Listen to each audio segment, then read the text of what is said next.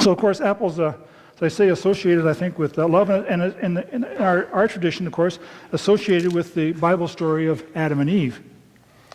And just trying to find a seed here.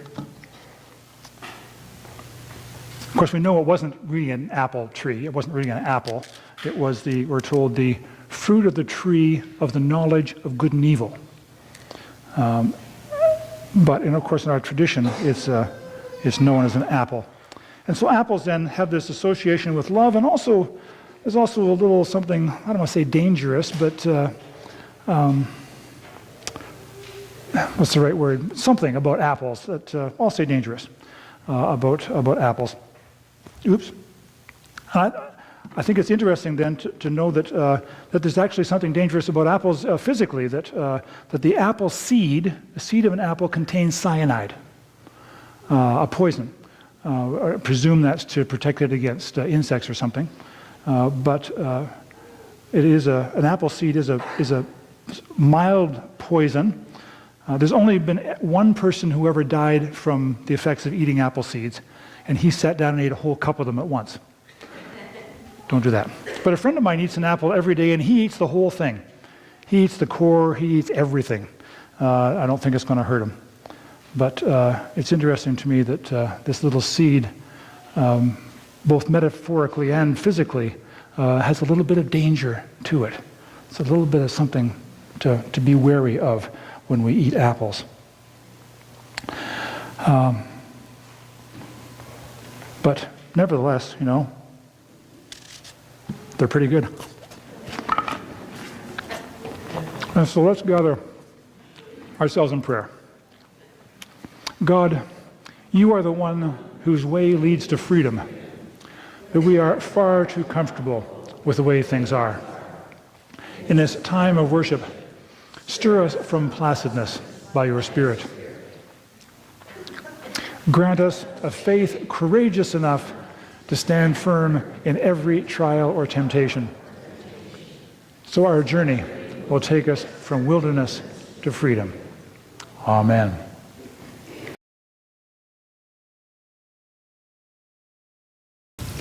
The reading today is taken from Luke 4, verses 1 to 13.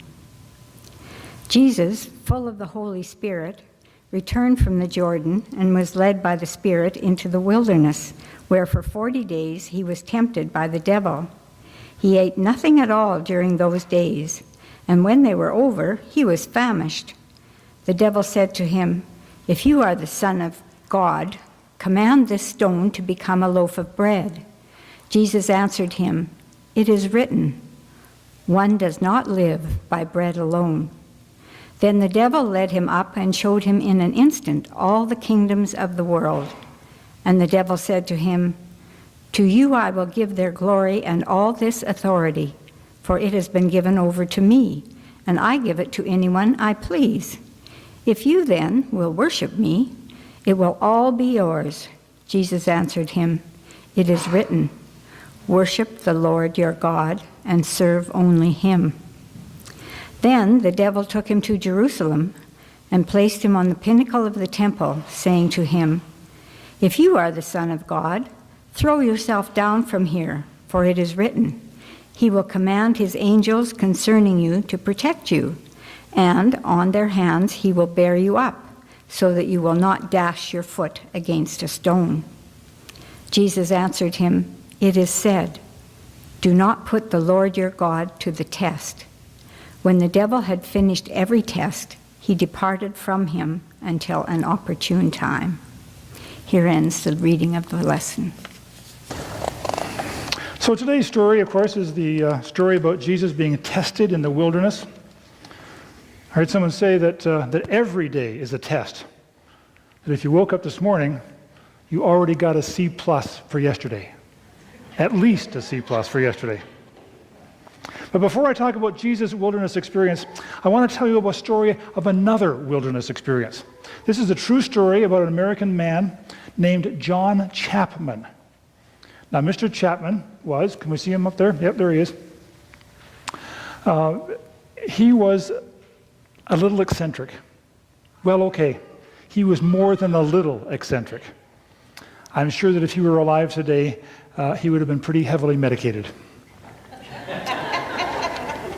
John Chapman was a person of means. At his death, he owned 1,200 acres of valuable farmland.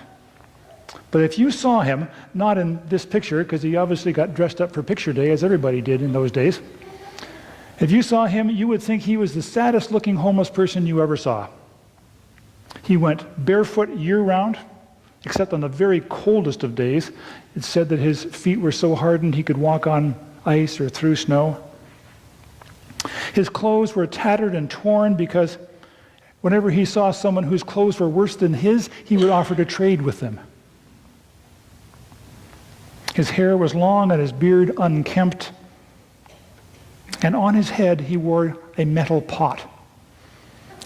The pot was his waterproof hat, it was his kitchen utensil, it was his dinner plate, and then his hat again.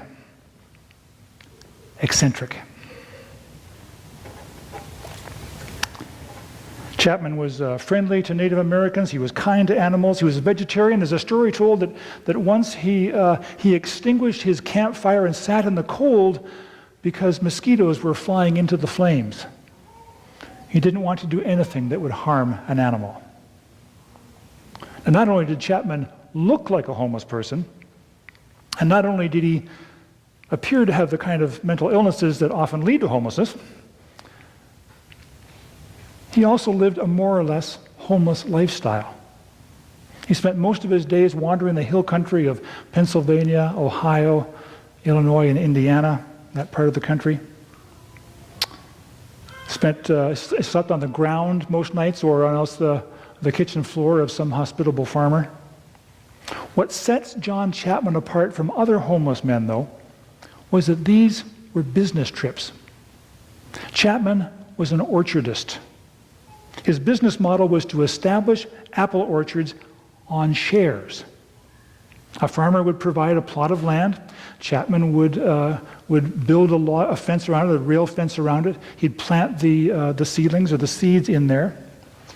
And then every couple of years he would return to maintain the fence, to hack down the weeds, and to prune the growing trees. The farmer would harvest the apples and sell them and split the income with Chapman. Now wait a minute, you may be thinking to yourself, an eccentric guy wandering the American Midwest, planting apple trees wherever he went. That sounds familiar. If you're thinking that, you're absolutely right. John Chapman did indeed become known as Johnny Appleseed. Right. Now, when the story of Johnny Appleseed is told to children, two parts are left out. First of all, that he didn't plant apple trees everywhere he went out of the goodness of his heart, but rather he established orchards as part of a business that made him a wealthy man. And secondly,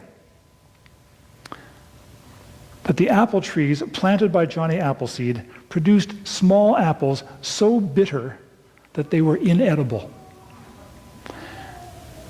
He got his seeds from cider mills, and every apple virtually every apple from every apple tree planted by John Chapman went into the making of hard cider. Johnny Appleseed's gift to North America was not apples, it was alcohol.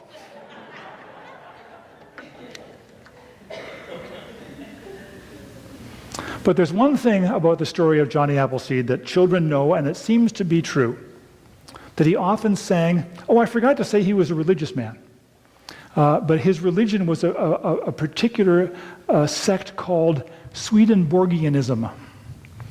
And it was Johnny Appleseed's belief that he remained unmarried because he believed that by doing so, that God in the afterlife would give him two wives. I'm not sure whether he thought he was going to heaven or to hell, but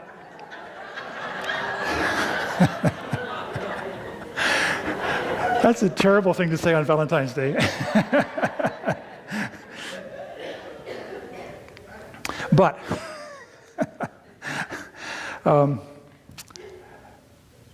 it's also true that he did sing this Swedenborgian hymn. And this was a hymn that with very little change has become a table grace that I think most of us already know. You know this one? I think we could probably even sing it right now. In honor of Johnny Appleseed, we could sing it right now. Oh, the Lord is good to me, and so I thank the Lord for giving me the things I need, the sun and the rain and the apple seed. The Lord is good to me. Johnny Appleseed. Amen. Oh, you got the claps in there too. Good. Okay. Now, like John Chapman, Jesus, we are told, also provided his contemporaries with alcohol. You remember the story about him changing the water into wine, don't you? And of course, as we heard in today's reading, he went into the wilderness. Except it wasn't to plant trees, and it wasn't part of a business plan. On the first Sunday of our tree theme, we're going to talk about a reading about Jesus going to a place where there were no trees. We're told that Jesus had just been baptized, that a voice from heaven had announced, "You are my Son in whom I am well pleased." And Jesus got up and went into the wilderness to prepare himself for his ministry. You can kind of think of this as like spring training. You know, every spring baseball players go to some godforsaken place like Florida where they prepare themselves for what's going to be coming,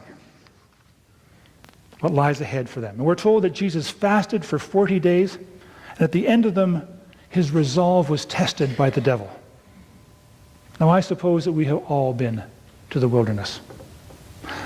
Not the wilderness as we know it in Canada, a place of forests and lakes and rivers and beaver ponds and deer and elk and mosquitoes, thank you, and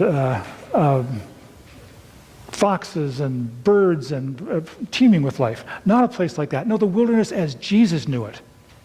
A place of rocks and arid sand, a place of scorpions and a few scattered bushes. A hard, empty, hurting place. We know that place. It's a place of grieving. It's a place of unemployment.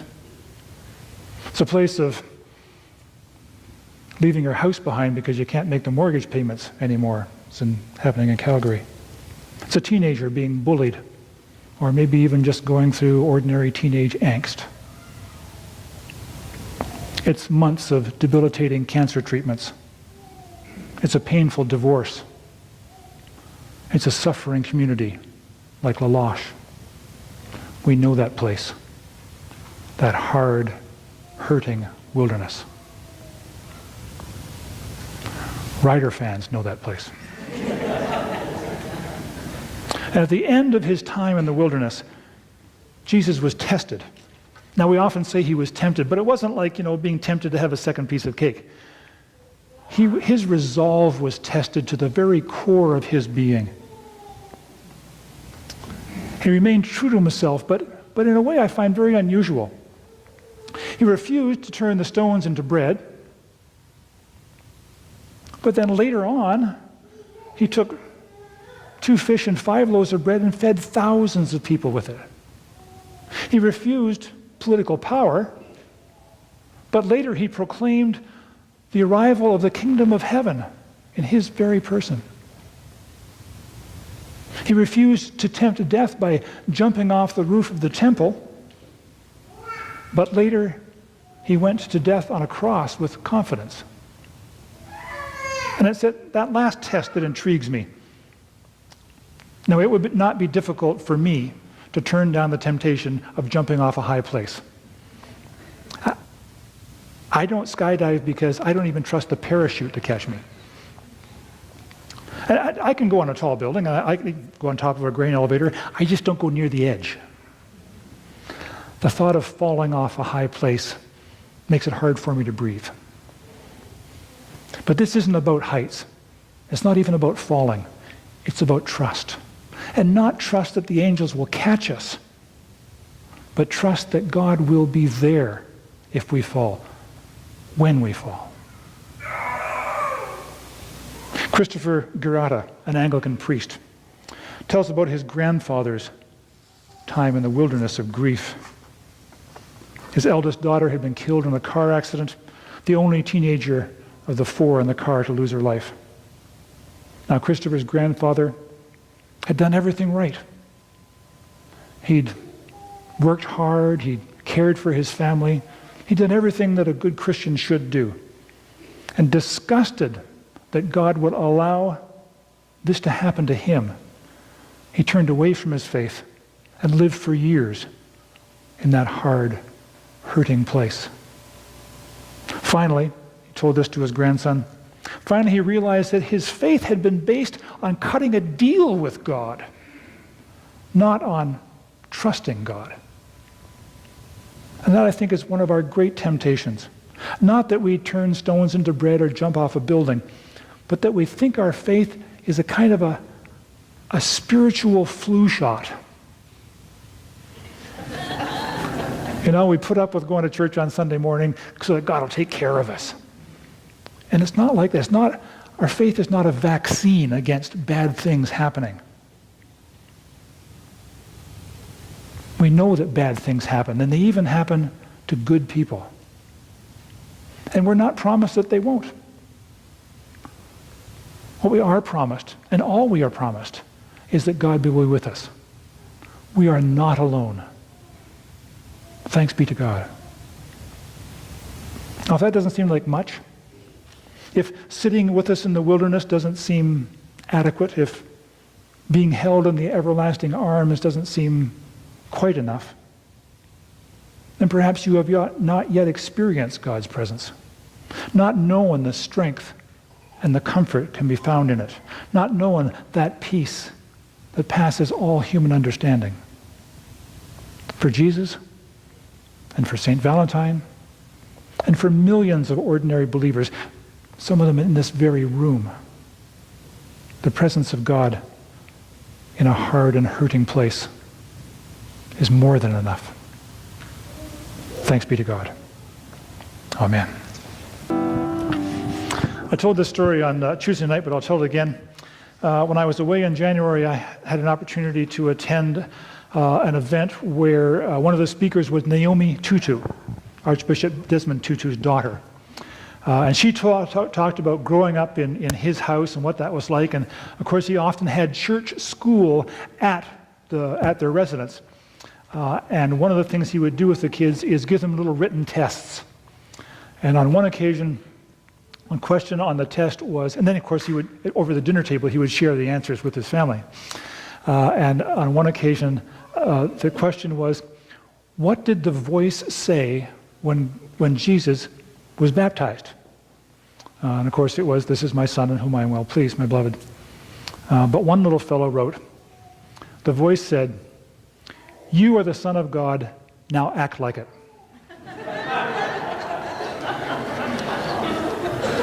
And so my blessing to you today and throughout this season of Lent is this: you are children of God.